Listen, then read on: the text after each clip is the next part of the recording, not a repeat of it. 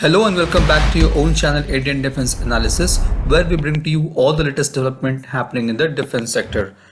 China has recently stunned the world by showcasing its hypersonic missile capability, which took even US and Russia by surprise. The missile flew into space and completed a partial orbit of Earth. It is also reported that in the test, a missile was launched from the hypersonic test vehicle, which landed somewhere in South China Sea. At present, there is no effective air defense system against hypersonic missiles. Though a ballistic missile also reaches hypersonic speed at terminal stage, but detected much before that.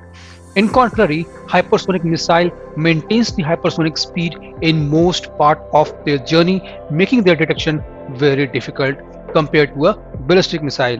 With China rushing to mature the hypersonic missile technology, India's defense minister Sri Rajnath Singh has recently asked DRDO to expedite the development of hypersonic weapons to maintain a minimum credible deterrence.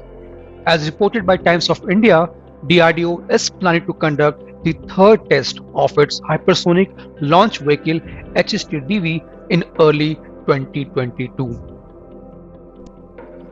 Hypersonic speed is one which is 5 times or more than the speed of sound.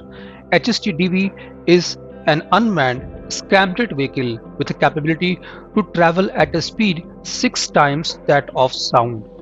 The scramjets used here are a variant of jet engines called the air-breathing engines. These engines do not work in stalled state and needs to be first carried at supersonic speed to make them work. The air entering the vehicle needs to be supersonic. The ability of engines to handle airflow having speeds in multiples of the speed of sound gives it a capability of operating at those speeds. The technology involves a launch vehicle and cruise vehicle. The launch vehicle, which is usually a solid fuel propelled rocket, is used to attain the supersonic speed. This is when the scramjet engine starts functioning and the hypersonic cruise vehicle gets separated from the launch vehicle. In the test conducted by DRDO in 2020, it was able to successfully demonstrate the hypersonic air-breathing scramjet technology with the flight test of HSTDV. The hypersonic cruise vehicle was launched using a proven solid rocket motor which took it to an altitude of 30 kilometers where the aerodynamic heat shields were separated at hypersonic Mach number. The cruise vehicle separated from the launch vehicle and the air intake opened as planned.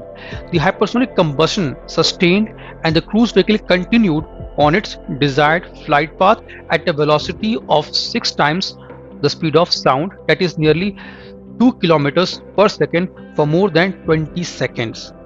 The critical events like fuel injection and auto ignition of scramjet demonstrated technological maturity. The scramjet engine performed in a textbook manner. The third test of HSTDV is expected in early 2022. A hypersonic vehicle has a huge potential in both military and civil application. It can be upscaled and used as a hypersonic missile. With its hypersonic speed, it will pose a big challenge for interception. The scramjet engine could be used in civilian passenger air transportation. It will cut down the time of air travel from India to US by 1/6.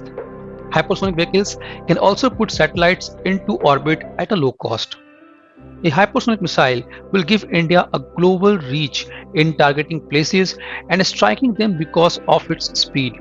This technology demonstrator can be seen as the first step in designing hypersonic cruise missile systems such as BrahMos Mk2 hypersonic missile.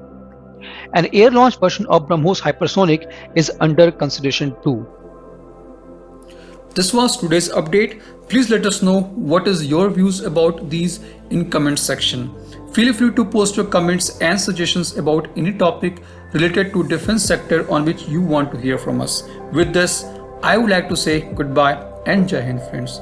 Please like and subscribe our video if you have not done already. We will be soon back with more interesting and amazing development happening in defense sector.